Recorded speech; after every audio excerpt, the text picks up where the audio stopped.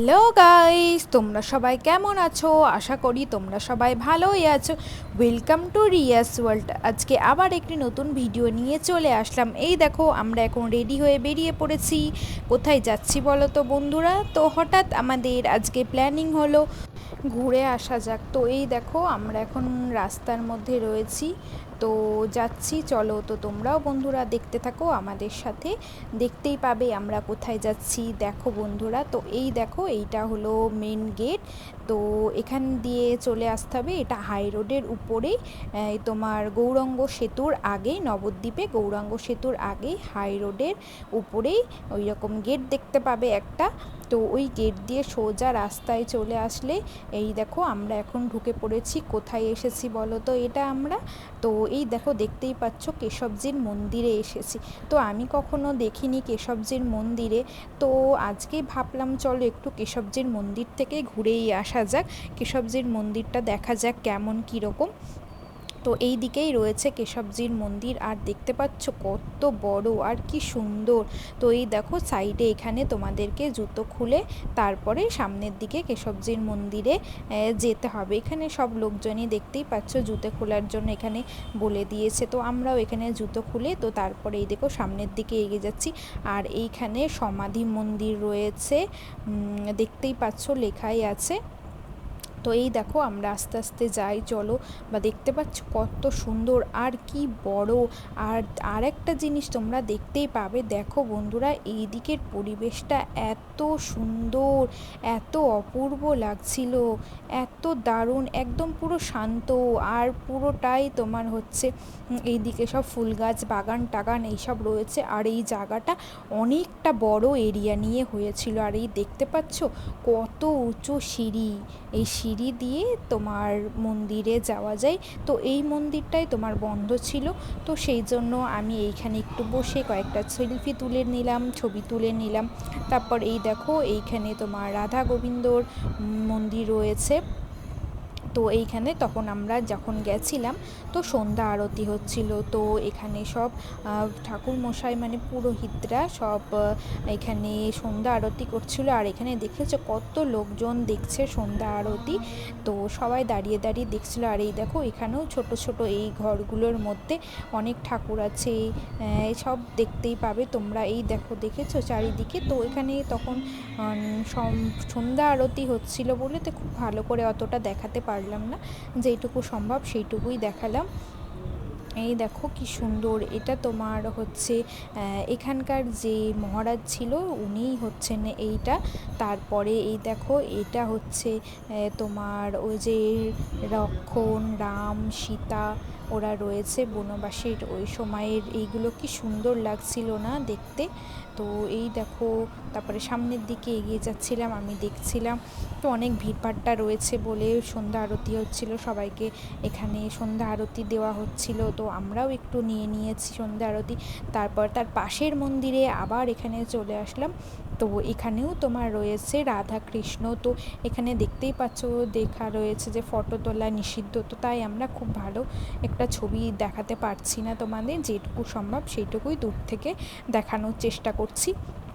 এই দেখো, দেখতে পাচ্ছ সব এখানে দেয়ালের মধ্যে সব মানে কৃষ্ণ ঠাকুরের যা যা লীলা কাহিনী সব এখানে দেখানো হয়েছিল। তারপর ওখান থেকে আমরা বেরিয়ে পড়লাম। তো এই দেখো, এটা আমরা আবার কোথায় চলে আসলাম বলো তো?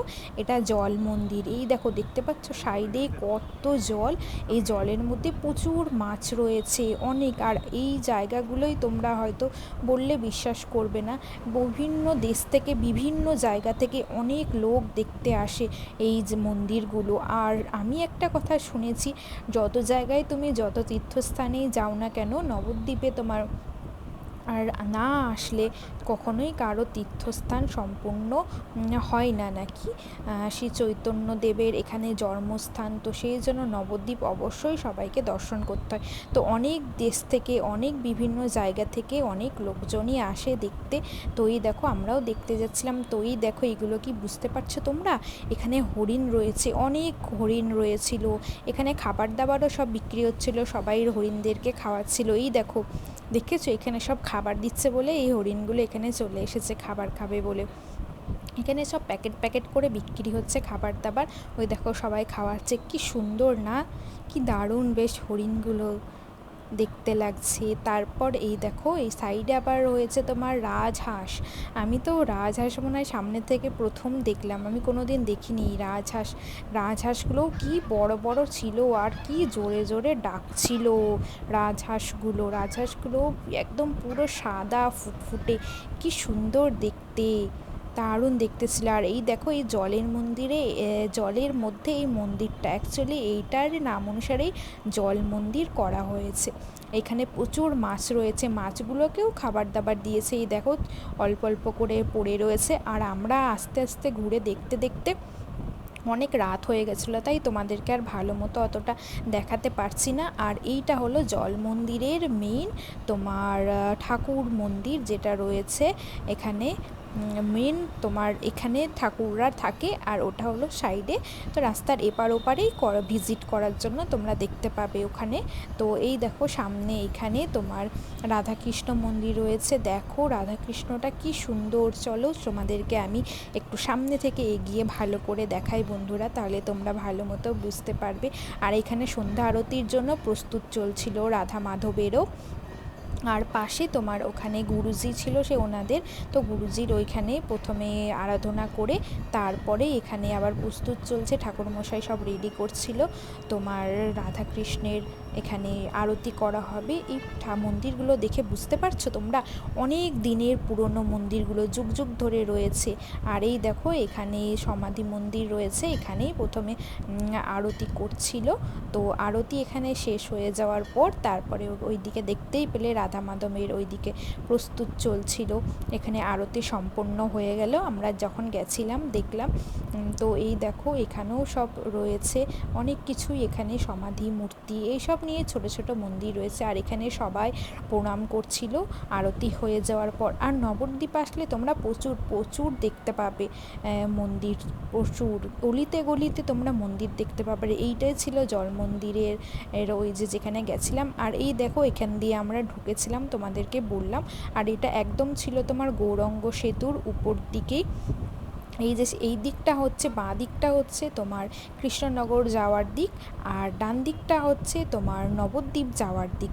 তো বন্ধুরা তোমাদেরকে তাই দেখিয়ে দিলাম। বন্ধুরা তোমরা যদি কখনো সময় পায় অবশ্যই তোমরা এসে নবদ্বীপ ঠাকুর দর্শন করে যেও, আশা করি তোমাদের অবশ্যই খুব খুব ভালো লাগবে।